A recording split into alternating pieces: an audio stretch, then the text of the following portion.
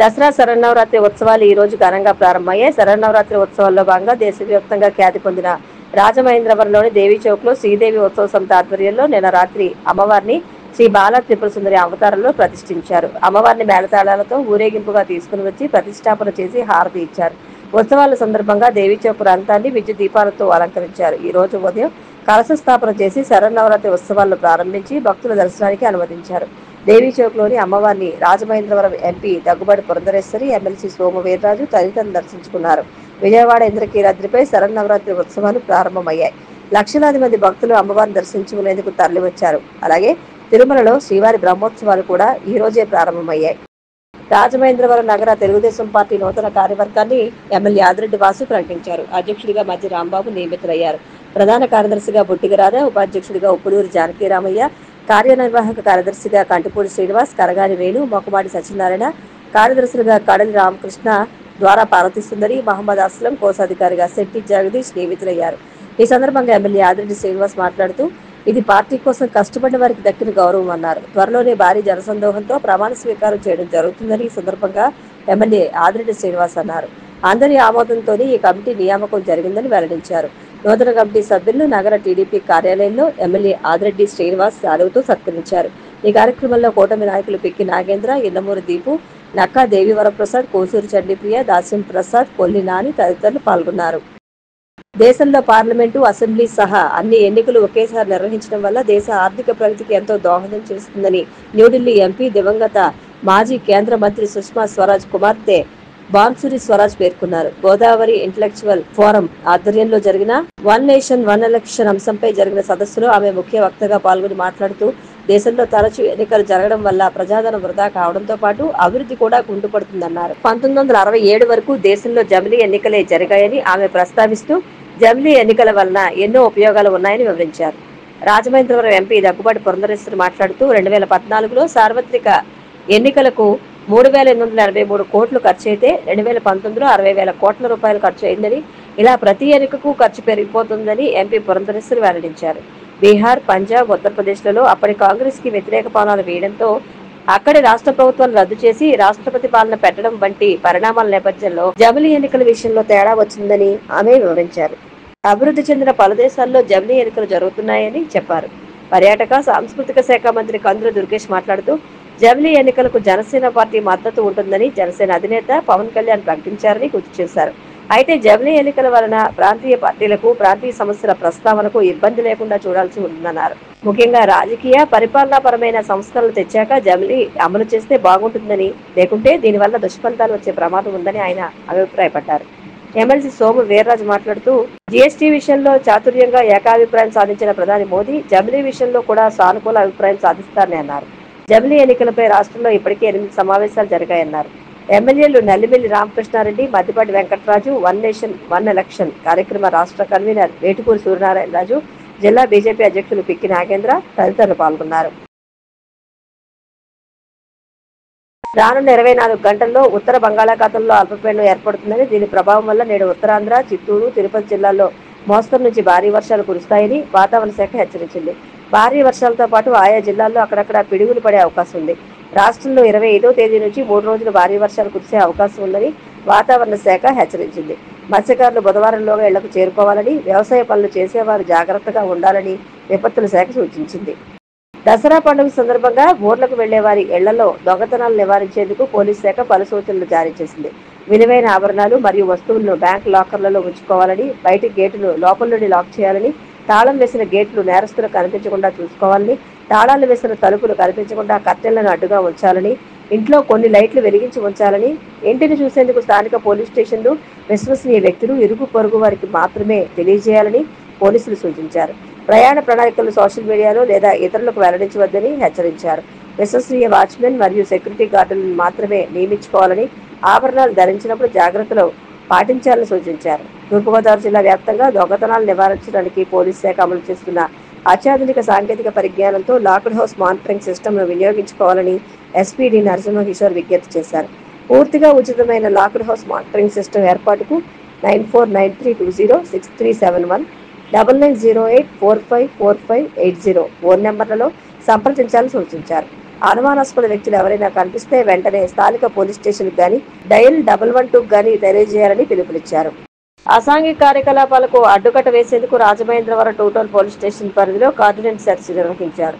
ఈ సందర్భంగా అక్రమంగా నిల్వ ఉంచిన 32 మద్యం సీసాలు, 4 నెంబర్ లేని రికార్డు లేని ద్విచక్ర వాహనాలను స్వాధీనం చేసుకున్నారు. 5 పాత నేరస్తుల ఇళ్లు తనిఖీ చేశారు. ఆపరేషన్ సింధూర్ 2 ఉంటుందని కేంద్ర రక్షణ శాఖ మంత్రి రాజ్నాథ్ సింగ్ సంచలన వ్యాఖ్యలు చేశారు. ఆపరేషన్ సింధూర్ ఇంకా ముగియలేదని తెలిపారు. కేవలం తాత్కాలికంగా నిలిపివేశామని చెప్పారు. పాక్ ఉగ్ర కార్యకలాపాలు కొనసాగిస్తే సింధూర్ 2 ఉంటుందని స్పష్టం చేశారు. మొరాకో పర్యటనలో భాగంగా అక్కడి ప్రవాస భారతీయులతో ముచ్చటించారు. అనంతరం ఆయన ఈ రోజు మీడియాతో మాట్లాడారు. పహల్గాం ఘటన తర్వాత త్రివిధ దళాల అధిపతులతో సమావేశం జరిగినట్లు చెప్పారు. ఆ సమావేశంలో తాను ఒకే ఒక ప్రశ్న అడిగినట్లు చెప్పుకొచ్చారు. ఒకవేళ ప్రభుత్వం ఆమోదం తెలిపితే ఆపరేషన్కి మీరు సిద్ధమా అని ప్రశ్నించారని చెప్పారు. వారు నిమిషం ఆలస్యం చేయకుండా సిద్ధంగా ఉన్నామని చెప్పారని హర్షం వ్యక్తం చేశారు. దీంతో ప్రధాని మోదీ సైన్యానికి పూర్తి స్వేచ్ఛనిచ్చారని రాజ్నాథ్ సింగ్ వివరించారు. ప్రధానిగా నరేంద్ర మోదీ 2047లో భారత స్వాతంత్ర శతాబ్ది ఉత్సవాలు నిర్వహించిన తర్వాతే రిటైర్ అవుతారని ప్రకటించారు.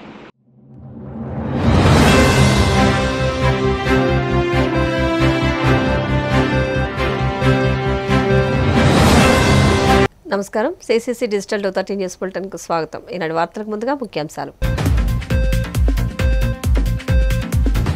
ప్రజాభిమానం చూరగొంటున్న కేంద్ర మంత్రి రామ్మోహన్ నాయుడు శ్రీకారం చుట్టిన స్వాభిమాన్. దివ్యాంగుల సమస్యల పరిష్కారమే లక్ష్యంగా సత్ఫలితాలిస్తున్న బృహత్తర కార్యక్రమం. దేశవ్యాప్తంగా అమలు కానున్న కొత్త జీఎస్టీ విధానం వల్ల 140 కోట్ల మందికి లబ్ధి చేకూరుతుంది. బీజేపీ రాష్ట్ర అధ్యక్షుడు పివిఎన్ మాధవ్ స్పష్టీకరణ. తన అసమర్థ పాలనను కప్పిపుచ్చుకుంటూ వైసీపీపై బురద జల్లేందుకు చంద్రబాబు కుట్రలు చేస్తున్నారు. ఆగ్రహం వ్యక్తం చేసిన సతీష్ కుమార్ రెడ్డి. తిరుమల శ్రీవారిని దర్శించుకున్న సినీ నిర్మాత డివివి దానయ్య. ఆలయ మర్యాదలతో స్వాగతం పలికిన అధికారులు.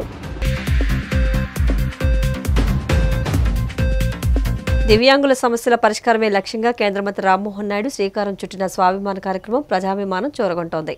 రాష్ట్రంలోనే తొలిసారిగా చేపట్టిన ఈ బృహత్తర కార్యక్రమం సత్ఫలితాలనిస్తోంది. దివ్యాంగుల కష్టాలు స్వయంగా విని వాటికో మార్గం చూపడంతో పాటు ఉపాధి అవకాశాల కల్పనకు ఎక్కడి నుంచి అడుగులు పడుతున్నాయి. ప్రతి నెల జడ్పీ కార్యాలయంలో జరిగే కార్యక్రమాన్ని కలెక్టర్ నేరుగా పర్యవేక్షిస్తూ ప్రతి ఫిర్యాదుదారుతో మాట్లాడి భరోసా కల్పిస్తున్నారు. రాష్ట్రంలో ఎక్కడా లేని విధంగా స్వాభిమాన కార్యక్రమాన్ని జిల్లాలో 2024 ఆగస్టు 16న ప్రారంభించారు. దీనిని నెలలో ఒకరోజు చొప్పున ఇప్పటి వరకు 14 సార్లు నిర్వహించారు. ఇప్పటి వరకు 182 ఫిర్యాదులు అందాయి. సిఎస్ఆర్ ఎంపీ ల్యాండ్స్ నిధులతో కొందరికి స్వాభిమాన కార్యక్రమం వద్దనే ట్రైసైకిళ్లు, వినికిడి, ఇతర పరికరాలు అందజేస్తున్నారు.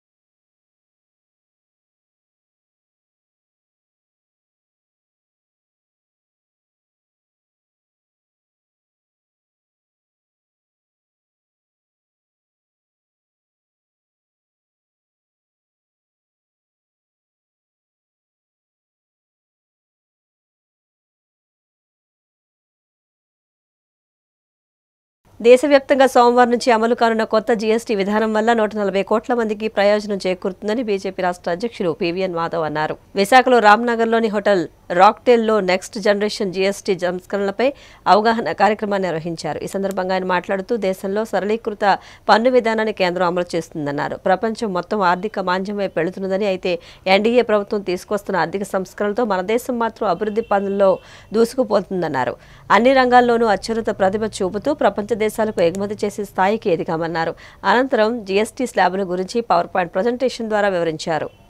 సరళీకృత వస్తు సేవా పన్ను పరోక్ష పన్ను విధానాన్ని దేశంలో జీఎస్టీ 2.0 7 వసంతాల పూర్తి చేసుకున్న ఒకటే దేశం ఒకటే పన్ను అనే విధానాన్ని దేశంలో అమలు చేస్తూ అనేక అభ్యంతరాలు, అనేక రాష్ట్రాలకు సంబంధించిన ఏవైతే వాళ్ళ సూచనలు, వీటన్నిటినీ తీసుకొని ఒక విప్లవాత్మక నిర్ణయం, చారిత్రాత్మక నిర్ణయం. ఎందుకంటే ప్రపంచంలో ఇవాళ ఏదైతే నెలకొన్న పరిస్థితి, సుంకాల యుద్ధంతో అమెరికా తన ఆధిపత్యాన్ని చెలాయించే విధంగా ప్రపంచ వ్యాప్తంగా అతలాకుతలం చేసే ఒక పరిస్థితి ఒకవైపు ఉంటే, ఇంకో పక్క సిరియాలోను, ఇరాన్లోను, ఉక్రెయిన్, రష్యాలో యుద్ధ వాతావరణ నేపథ్యంలో మనం చమురుపై ఏ విధంగా ఆధారపడ్డాం, వాటి ప్రభావం మన పైన పడి ద్రవ్యోల్బణం ఆకాశాన్ని అంటుకుంటున్న తరుణం అన్ని దేశాల్లో, కేవలం భారతదేశంలో దాన్ని నియంత్రించడం కేవలం మన యొక్క స్వయం ప్రతిపత్తి కలిగిన ఆర్థిక విధానం, విదేశాంగ విధానం, మన యొక్క రక్షణ విధానం, ఈ మూడింటి కారణంగా మనం ప్రపంచంలో మిగతా దేశాల కన్నా మన ద్రవ్యోల్బణాన్ని మన యొక్క చేతుల్లో పెట్టుకుని నడిపించే ఒక తీరు మన దేశంలో కనిపిస్తుంది. దానికి మన నేత నరేంద్ర మోడీ గారు ఏ విధంగా ముందుకు తీసుకెళ్తున్నారో, మన ప్రియతమ ప్రధాని నరేంద్ర మోడీ గారి నేతృత్వంలో ఆయన యొక్క ధైర్యమైన నిర్ణయం, వాళ్ళ విధించే అనేక రకాల ఆంక్షలకి తలవకుండా మేము మా దారి, మా యొక్క దేశం, మా దేశ ప్రజల యొక్క ప్రయోజనాలు తప్ప ఇంకేమిటి ప్రధానం కాదని చెప్పి వెళ్తున్న తీరు, ఆ నేపథ్యంలోనే మనకి దసరా దీపావళి కానుక దేశవ్యాప్తంగా ప్రజలందరికీ అందించే విధంగా ఇవాళ సరళీకృత జిఎస్టి విధానం రావటం ఏదైతుందో నిజంగానే ఒక గొప్ప వరం, అందరికీ ఒక గొప్ప బహుమానం. నరేంద్ర మోడీ గారు దీన్ని తీసుకొస్తే రాష్ట్ర ప్రభుత్వం, ముఖ్యంగా మన రాష్ట్ర ముఖ్యమంత్రి శ్రీ చంద్రబాబు నాయుడు గారు కూడా ఈ సందర్భంగా ధన్యవాదాలు తెలియజేస్తున్నాను. దాన్ని అందిపుచ్చుకుని ముందుకు తీసుకెళ్లే విధంగా, మిగతా రాష్ట్రాలన్నీ ఒప్పించే విధంగా జిఎస్టి కౌన్సిల్లో మన పయ్యావుల కేశవ్ గారి నేపథ్యం, నిన్న ప్రారంభమైన శాసన మండలిలో ఏకగ్రీవ తీర్మానం ప్రకటించడం, అందుకు రాష్ట్ర ప్రభుత్వాన్ని ఈ సందర్భంగా అభినందిస్తూ రాబో కాలంలో అవుట్ రీచ్ ప్రోగ్రామ్ అంటే ప్రజలందరికీ చేరువయ్యే విధంగా, ప్రజలందరికీ తెలియజేసే విధంగా పెద్ద ఎత్తున ఈ కార్యక్రమం చేయాలని చెప్పి భారతీయ జనతా పార్టీ నిర్ణయించడం జరిగింది. దాంట్లో భాగంగా రేపు 22వ తారీఖు రాష్ట్ర వ్యాప్తంగా అన్ని మండలాల్లో కూడా పెద్ద ఎత్తున సంబరాలు చేసుకునే విధంగా మొత్తం దేశంలోనే వ్యాపార రంగం, వ్యవసాయ రంగం, కార్మిక కర్షక రంగం అంతా కూడా హర్షాతిరేకాలుగా ముందుకెళ్తున్న తీరు మనందరం కూడా దీపావళి దసరాకి కానుకలు ఇస్తాం. కానీ ముందే ఇచ్చిన విధంగా ఈ యొక్క ప్రారంభమైంది. నవరాత్రుల సందర్భంగా రేపు సెప్టెంబర్ 22న జిఎస్టి 2.0 ప్రారంభం కాబోతుంది. నరేంద్ర మోడీ గారు ఎక్కడ తలవొగ్గలేదు, నిలబడ్డాడు. ఆయన నిలబడడంతో పాటు మనందరికీ కూడా గొప్ప పిలుపిచ్చాడు. ఆత్మ నిర్భర భారత్ గా నిర్మాణం చేయగాలి, స్వయం సమృద్ధి భారత్ గా నిర్మాణం కావాలి. మనం తప్పనిసరిగా స్వదేశీ ఉద్యమం ప్రారంభించాలి. మన దేశంలో తయారయ్యే వస్తువుల్ని మనం కొనాలి, దేశంలో తయారయ్యే అన్ని వ్యవస్థల పైన మన గౌరవం కలగాలి అని చెప్పి అందరికీ పిలుపు ఇవ్వడం జరిగింది. ఇది దేశంలో పెను మార్పు తీసుకురావడానికి సంకేతం కాబోతుంది. ఎక్కడ ఏది కొనాలో నిర్ణయించే హక్కు వాళ్ళకి లేదు, మనకుండే విధంగా వ్యవస్థ నిర్మాణం చేస్తామని చెప్పి మన నేత చెప్పడం ఏదైతుందో నిజంగా గొప్ప విషయం. పరోక్ష పన్ను విధానంలో విప్లవాన్ని తీసుకొచ్చి దేశమంతా ఒకే పన్ను విధానాన్ని తీసుకొస్తూ దాంట్లో కూడా ప్రజలు, మిగతా రాష్ట్రాలకు సంబంధించి అనేక ఇబ్బందులు పరిగణనలో తీసుకొని అందరికీ గొప్ప వరంలా, బహుమతిలా జిఎస్టి విధానాన్ని రావటం పెద్ద ఎత్తున స్వాగతం. ప్రభుత్వ అసమర్థత, వైఫల్యాలు బయటపడిన ప్రతి సందర్భంలోనూ సీఎం చంద్రబాబు తన డైవర్షన్ పాలిటిక్స్ ను బయటకు తీస్తుంటారని వైసీపీ ప్రధాన కార్యదర్శి ఎస్వి సతీష్ కుమార్ రెడ్డి మండిపడ్డారు. హైదరాబాద్లోని సోమాజిగూడ ప్రెస్ క్లబ్లో ఆయన మీడియాతో మాట్లాడుతూ ప్రభుత్వ మెడికల్ కాలేజీలను ప్రైవేటు వారికి అమ్మేందుకు ప్రభుత్వం చేస్తున్న చర్యలపై ప్రజల్లో తీవ్రమైన ఆగ్రహం వ్యక్తమవుతున్న నేపథ్యంలో డైవర్షన్లో భాగంగా అనిల్ రెడ్డి కంపెనీల్లో లిక్కర్ స్కామ్లో సిట్ సోదాలు అంటూ హంగామాను ప్రారంభించారని ధ్వజమెత్తారు. ఒకవైపు పండించిన పంటలకు గిట్టుబాటు ధరలు కల్పించకపోవడం, మరోవైపు కనీసం యూరియాను సైతం అందించలేని చేతకానితనం, తాజాగా మెడికల్ కాలేజీల ప్రైవేటీకరణ పేరుతో అవినీతి దందాలతో ప్రభుత్వ ప్రతిష్ట అధపాతాళానికి పడిపోయిందని అన్నారు.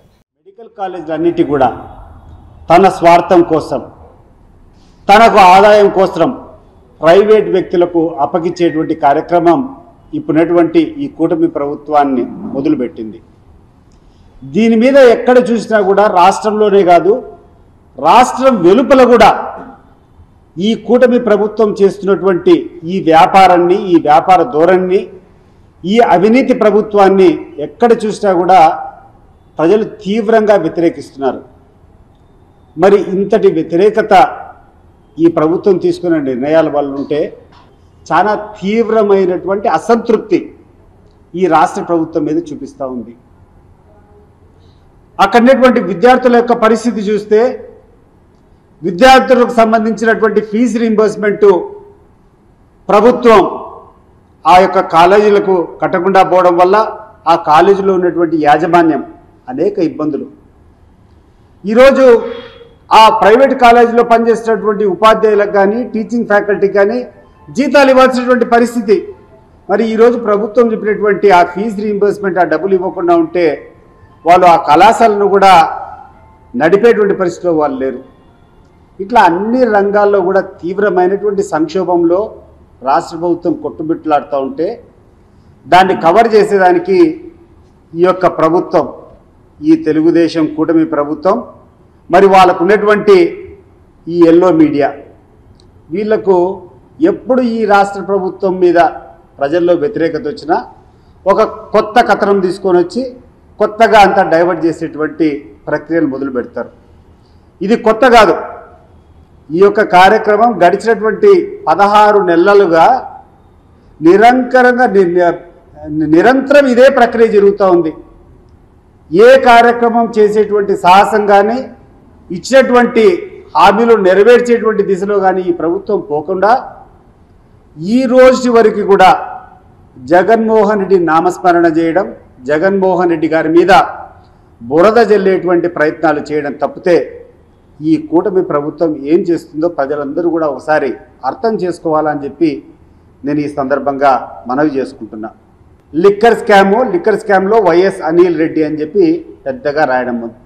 నువ్వు 3600 రూపాయలు మీకు లిక్కర్ స్కామ్ జరిగిందని చెప్పి మీరు మాట్లాడారు. ఆడినటువంటి జగన్మోహన్ రెడ్డి దగ్గర ఉన్నటువంటి ఉద్యోగస్తులు, అక్కడటువంటి ఓఎస్డి కృష్ణమోహన్ కానీ, లేకుంటే ప్రభుత్వం తరపున ఉన్నటువంటి ధనుంజయ రెడ్డి గారు, అప్పుడున్నటువంటి ప్రిన్సిపల్ సెక్రటరీ కానీ, వీళ్ళందరినీ తీసుకొని వచ్చి జైల్లో పెట్టినారు. ఏం సాధించినారు అని చెప్పి నేను అడుగుతున్నాను. ఈ ప్రభుత్వాన్ని మీరు వీళ్ళందరినీ తీసుకొని వచ్చి అనేక రోజులుగా గడిచిన ఒక్కొక్కరిని 3 నెలలు 4 నెలలు లోపల పెట్టుకున్నావు. లోపల పెట్టి ఏమి సాధించినావు? ఇది ఒకసారి గుర్తు చేస్తున్నా చంద్రబాబు నాయుడు గారు. మీరు 4 నెలలుగా ప్రభుత్వ పరంగా ఉన్నటువంటి ఉద్యోగస్తులను తీసుకొని వచ్చి జైళ్ళల్లో పెట్టారు. 3600 రూపాయలు లిక్కర్ స్కామ్ అని చెప్పారు. మరి ఈ లిక్కర్ స్కామ్లో కనీసం ఒక 50 కోట్లు 100 కోట్లైనా ట్రేస్ చేశారా? ఈ డబ్బులు ఎక్కడ పోయినాయో రాబట్టగలిగినారా? మానవ జీవన మనుగడకు ఆధ్యాత్మికతే ప్రధానమని 109 సంవత్సరాల వయసు కలిగిన హిమాలయ యోగి శ్రీ సంత్ సదానంద గిరి స్వామి మహారాజ్ అన్నారు. పశ్చిమ గోదావరి జిల్లా భీమవరం ఆనంద ఫంక్షన్ హాల్లో ఉద్దరాజు ధర్మరాజు 40వ వర్ధంతి కార్యక్రమం జరిగింది. ఈ కార్యక్రమానికి విచ్చేసిన సదానంద గిరి స్వామి మహారాజ్ మాట్లాడుతూ భారతీయ సనాతన ధర్మాన్ని కాపాడుకోవాలని, ఆధ్యాత్మిక చింతన లేని జీవితం వ్యర్థమని, తమ గురువు హిమాయత్ గిరి మహారాజ్ ఆశీస్సులతో యావత్ భారతంలోని అన్ని రాష్ట్రాలు తిరుగుతూ ఎన్నో ఆధ్యాత్మిక విషయాలు, సమాజం పట్ల మానవాళికి ఉండాల్సిన విధి విధానాల సాధన చేస్తూ సరైన మార్గంలో అనునిత్యం సమయపాలన, ఆరోగ్య పరిరక్షణ చేస్తూ ఉంటే మానవ జీవితానికి సార్థకత చేకూరుతుందని అన్నారు. అనంతరం సంగీత విద్వాంసులు పిప్పళ్ల ప్రసాద్ చే ఆధ్యాత్మిక సంకీర్తన కచేరీ నిర్వహించారు.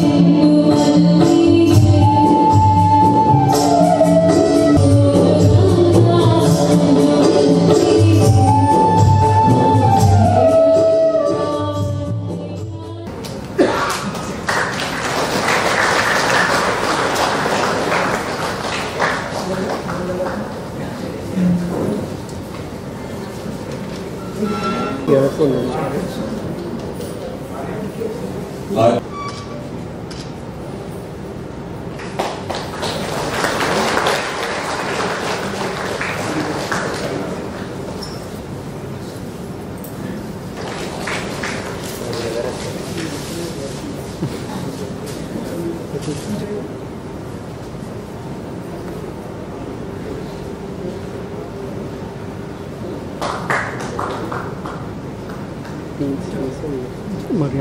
వస్తే మన బంగారం వచ్చినట్లే.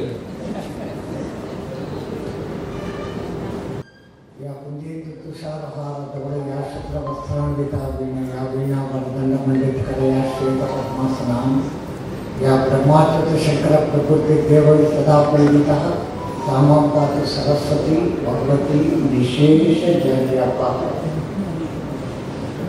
ज्ञानानंदमयं देवं निर्मलस्फटिकाकृतिम् आधारं सर्वविद्यानां श्री हयग्रीव गुरु उपासमाते మా గురుదేవులైనటువంటి మహా హిమాలయ గిరిజీ మహారాజు వారి పాదపద్మములను మనస్సులో స్మరించుకొని శ్రీ ధర్మరాజు గారి 40వ కార్యక్రమంలో భీమవరానికి మేము రావడము మా గత జన్మ పూర్వజన్మ సుకృతం. ఇంతకుముందు మేము వచ్చేది ఎప్పుడు వచ్చినా కేవలం చంద్ర ప్రతిష్టమైన ఆ పంచారామ క్షేత్ర దర్శనానికి. తర్వాత ఆయన బ్రహ్మం గారు కాలగ్రహణంలో చెప్పినట్లు పాత దేవుళ్ళు మూతపడేది, కొత్త దేవుళ్ళు పుట్టుకొచ్చేది అన్నట్లుగా మా ఊళ్ళ ప్రభావం ఎక్కువైపోయింది. అట్లాగనే అరుణాచలం అంటే పంచభూతలింగాలలో అగ్నిలింగ స్థానమైన అరుణాచలం అంత ప్రసిద్ధంగా ఉండింది. ఈ పొద్దు అరుణాచలము అంటే వెంటనే మీకు గుర్తొచ్చేది రమణ మహర్షి. ధర్మము కాలానుగుణంగా మారుతూ ఉంటుంది, సత్యం ఎప్పుడు అట్లే ఉంటుంది. అట్లాగనే ఆ ఊరికి ఆ ప్రసిద్ధిని తీసుకుని వచ్చేదానికి కాలమే కొంతమందిని నియమిస్తుంది. అట్లా నియమించిన వాళ్ళలో ఈ ధర్మరాజు గారు ఒకళ్ళు అనుకుంటాను. కాబట్టి ఈరోజు మనం ఎక్కడైనా అంటూ ఉంటారు పెద్దలు, పుత్రోత్సాహము కలగదు తండ్రికి పుత్రుడు ఉదయించిన మాత్రము చేత ఆ పుత్రుడు పదుగురి చేత మెత్తబడినంత చేత అప్పుడు కలుగును పుత్రోత్సాహం తండ్రికి అని అంటారు. ఇప్పుడు ఆ తండ్రికి అదే ఆనందం కలిగింది. ఆ తండ్రి కుమారుడైనటువంటి ఈ విశ్వనాథుడికి అదే కలిగింది. కాశీలో ఒక విశ్వనాథుడు ఉన్నాడు. అక్కడ క్షేత్రపాలకుడు కాలభైరవుడు.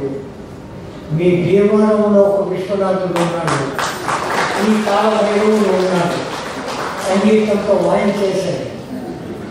ఆ చివరి 2 పాటలు వింటున్నప్పుడు మీరు గుండెల మీద చేసుకొని చెప్పండి, మీ పేరు, మీ ఊరు, మీ ఇల్లు, మీ సమస్య, టైము ఎవరైనా చూసుకోగలిగినారా? అది మన భారతీయ సంగీతంలో, మన భారతీయ వేదంలో ఉన్నటువంటి గొప్పతనం. ఇంకెక్కడా లేని గొప్పతనము మనకుంది. కానీ రాను రాను ఈ విదేశీ వ్యామోహము మనం ఎత్తినప్పటి మనము మన సంస్కృతికి దూరంగా పోతున్నాం. దీనికి ముఖ్య కారణము ఒక విధంగా మాటలు మారాల, తమ బిడ్డలకు మన సంస్కృతి సాంప్రదాయాలు బోధించాలి. ఒక్కొక్క సందర్భం ఒక్కొక్క లెక్కన ఉంటుంది, ఒక్కొక్కలకు ఒక్కొక్కటి గొప్పగా ఉంటుంది. నాదే గొప్ప అని చెప్పుకోవడంలోనే తకరాలు వస్తూ ఉన్నాయి. ఒకళ్ళకు మంచి పని చేసినారు అంటే మన వంతుగా వాళ్లకు ఇచ్చి ఇంకా మంచి చేస్తాము అనుకున్నప్పుడు ఎంతో బాగుంటుంది. ఇదే సూత్రాసాన్ని అతరాసాలు అయితే తినేది తెలుసు, నాకు సూత్రాలు తెలియదు అన్నాడు. ఒరే నీ బతుకులో ఇంకో 20% పోయింది రాదు. ఇంత లోపల పడవకు కన్నం పడింది. స్వామి పండితులు గారు మీరు నాకు తెలియనిది ఏంటేంటో అంటారు, నాకు ఒక్కటి అర్థమై సావలే, మీకొకటి అడుగుతాను చెప్తారా అన్నాడు. అడుగురా అన్నాడు. అయ్యా మీకు ఈత వచ్చా అన్నాడు. ఎందుకురా? నాకెందుకు వస్తుంది ఈత రాదు అన్నాడు. అది ఒక్కటి రాకపోతే నీ బతుకంతా వేస్ట్, నేను పోతానని పడవలంటూ దూకాడు.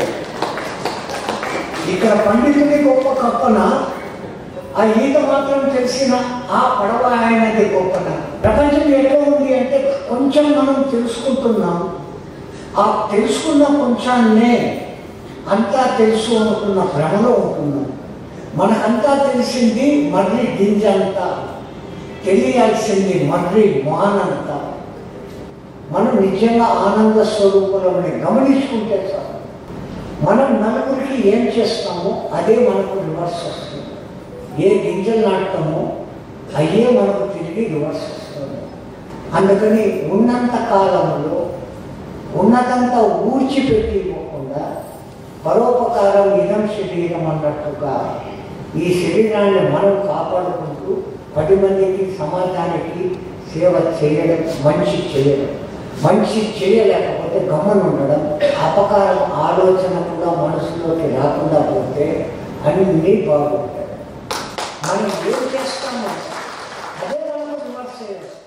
పశ్చిమ గోదావరి జిల్లా భీమవరం పట్టణం శ్రీరాంపురంలో వేంచేసి ఉన్న శ్రీచక్ర సహిత జగన్మాత కనకదుర్గ అమ్మవారి ఆలయంలో painters and artist welfare association వారి నిర్వహణలో ఈ నెల 22వ తేదీ నుండి అక్టోబర్ 2వ తేదీ వరకు 34వ దసరా మహోత్సవాలు అత్యంత వైభవంగా జరుగుతాయని ఆలయ కమిటీ అర్చకులు తెలిపారు. ప్రతిరోజు ఉదయం 6 గంటల నుండి సామూహిక కుంకుమార్చనలు, 10 గంటల నుండి దంపతులచే శ్రీచక్రార్చన, సూర్య నమస్కారాలు, వేద పారాయణం, లక్ష కుంకుమార్చన, అనంతరం తీర్థ ప్రసాద వినియోగం, సాయంత్రం 5 గంటల నుండి భక్తుల గోత్రనామాలతో సహస్ర కుంకుమార్చన, సాయంత్రం 6 గంటల నుండి మహిళా సమాజం వారి లలిత సహస్ర స్తోత్ర పారాయణం, ప్రతిరోజు అమ్మవారికి విశిష్ట అలంకరణలు, రాత్రి 8 గంటల నుండి సాంస్కృతిక కార్యక్రమాలు నిర్వహిస్తామని తెలిపారు. అక్టోబర్ 2వ తేదీ ఉదయం 10 గంటల నుండి చండీ హోమం, సాయంత్రం 6 గంటల నుండి సెమీ పూజ, 4వ తేదీ సాయంత్రం 5 గంటల నుండి అమ్మవారి గ్రామోత్సవం, 5వ తేదీ ఉదయం 10 గంటల నుండి చీరలు వేలంపాట, 13వ తేదీ ఉదయం 11 గంటల నుండి అఖండ అన్న సమారాధన జరుగుతుందన్నారు.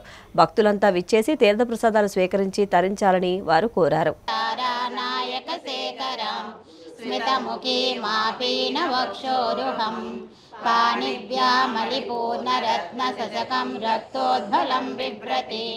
సౌమ్యాం రత్నఘటస్థరక్తచరణాం ధ్యాయేత్ పరాంబికాం అరుణాం కరుణాం తరంగితాక్షిం ధ్యాయే పద్మాసనస్థాం వికసితవదనాం పద్మపత్రాయతాక్షిం. శ్రీమాత్రే నమః. మన భీమవరం పట్టణం శ్రీరాంపురంలో వెంచేసి ఉన్న శ్రీచక్ర సహిత శ్రీ జగన్మాత కనకదుర్గ అమ్మవారి యొక్క దేవాలయంలో 34వ వార్షిక దసరా మహోత్సవాల సందర్భముగా ఆశ్వీజ శుద్ధ పాద్యమి అంటే రేపు సోమవారం లగాజతు 2వ తారీఖు గురువారం వరకు అమ్మవారికి భక్తుల సహాయ సహకారములతో, దాతల సహకారంతో అత్యంత వైభవపేతంగా ఆలయ కమిటీ వారు అందరూ కూడా, భక్తులందరూ కూడా అమ్మవారి యొక్క శరన్నవరాత్రి మహోత్సవాలు జయప్రదంగా జరిపించాలని చెప్పే సంకల్పంతో రేపటి నుంచి దసరా మహోత్సవాలు ప్రారంభంగానున్నాయి. అందులో భాగంగా ప్రతినిత్యము కూడా అమ్మవారికి ఉదయం తెల్లవారుజామున 5 గంటలకి మహారాజశ్రీ ఆలయ ప్రధాన దాతలు దండు వెంకట సత్యరామకృష్ణరాజు గారి దంపతుల చేత కలశస్థాపనతో ఈ పూజా కార్యక్రమాలు ప్రారంభమవుతాయి. అలాగే ఉదయం 10 గంటల నుంచి ప్రతిరోజు కూడా అమ్మవారికి విశేష కార్యక్రమాలు, పూజా కార్యక్రమాలు, కైంకర్యాలు, లక్ష కుంకుమార్చన, శ్రీచక్రార్చన, దుర్గా సప్తశతి పారాయణ, సూర్య నమస్కారములు, వేదపారాయణ ఇత్యాది పూజా విశేష కార్యక్రమాలన్నీ కూడా ప్రాతకాలం ముందు ఉదయం 9 గంటల నుంచి కూడా జరుగుతూ ఉంటాయి. అలాగే ప్రదోషకాలం ముందు 5 గంటలకి సహస్ర కుంకుమార్చన, అనంతరం స్థానిక మహిళా సమాజం వారి చేత 6 గంటలకి లలితా సహస్రనామ పారాయణం, అలాగే 7 గంటలకి దూపసేవ, పంచహారతులు ఇత్యాది విశేష పూజా కార్యక్రమాలు కూడా ప్రతినిత్యం కూడా జరుగుతూ ఉంటాయి.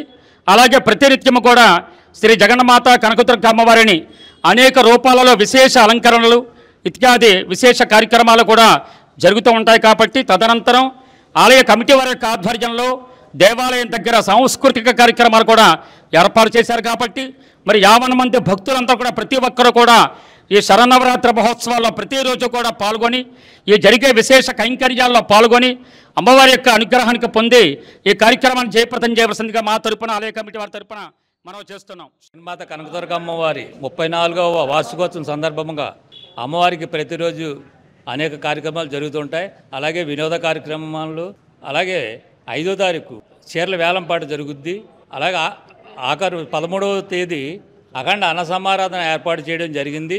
ఈ కార్యక్రమం భక్తులు, దాతల యొక్క సహకారంతో జరుగుతుంది. కావున భక్తులందరూ ఇచ్చేసి అమ్మవారి యొక్క తీర్థప్రసాదం స్వీకరించి తరించవలసిందిగా కోరుతున్నాం. 1997వ సంవత్సరం పెయింటర్స్ అండ్ ఆర్టిస్ట్ అసోసియేషన్తో స్థాపించబడినటువంటి ఈ యొక్క శ్రీ అమ్మవారి యొక్క దేవస్థానంలో సుమారు 34 సంవత్సరాల నుండి దాతలు, భక్తులు సహాయ సహకారములతో అన్ని విధాలుగా కూడా ఇక్కడ సహకరిస్తున్నటువంటి ప్రజలతో సమక్షంలో ఈ యొక్క ఉత్సవాలు అతి ఘనంగా మేము నిర్వహించుకుంటున్నాం. అలాగే ప్రతిరోజు సాయంకాలం 8 గంటల నుండి రాత్రి 12 వరకు సాంస్కృతిక కార్యక్రమాలు కూడా జరుగుతూ ఉంటాయి. కాబట్టి భక్తులు 50 మంది కూడా ఈ యొక్క కార్యక్రమాన్ని తిలకించి అమ్మవారి కొరకు ప్రాతులు కావాలని కోరుతున్నాం. శ్రీచక్ర సహిత శ్రీ శ్రీ జగన్మాత కనదుర్గమ్మవారి 34వ వార్షికోత్సవాల సందర్భంగా ప్రతిరోజు కూడా ఆలయంలో అమ్మవారికి విశిష్టమైన అలంకారాలతో అలంకారం జరుగుతుంది.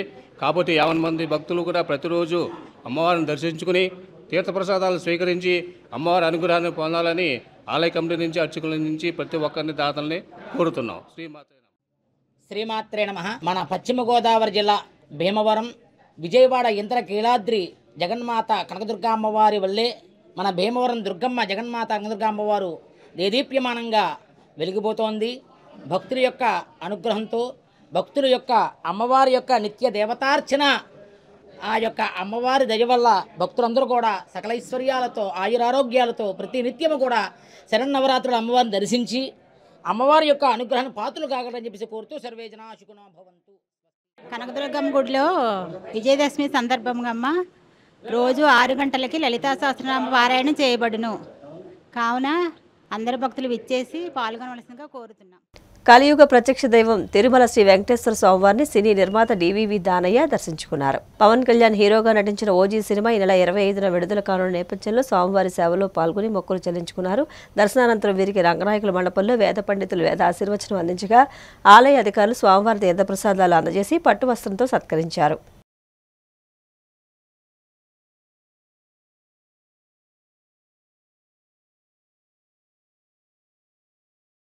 దర్శనం బాగా జరిగిందండి. ఈ నెల 25వ తారీఖు మాది ఓజీ సినిమా పవన్ కళ్యాణ్ గారిది ఓజీ సినిమా రిలీజ్ ఉంది. స్వామివారిని దర్శించుకుందామని వచ్చాం. అంతా మంచి జరగాలని పెద్ద హిట్ అవ్వాలని మనస్ఫూర్తిగా కోరుకుంటూ స్వామివారిని మొక్కుతున్నాం. వార్తలు ముగించే ముందు ముఖ్యాంశాలు మరొకసారి.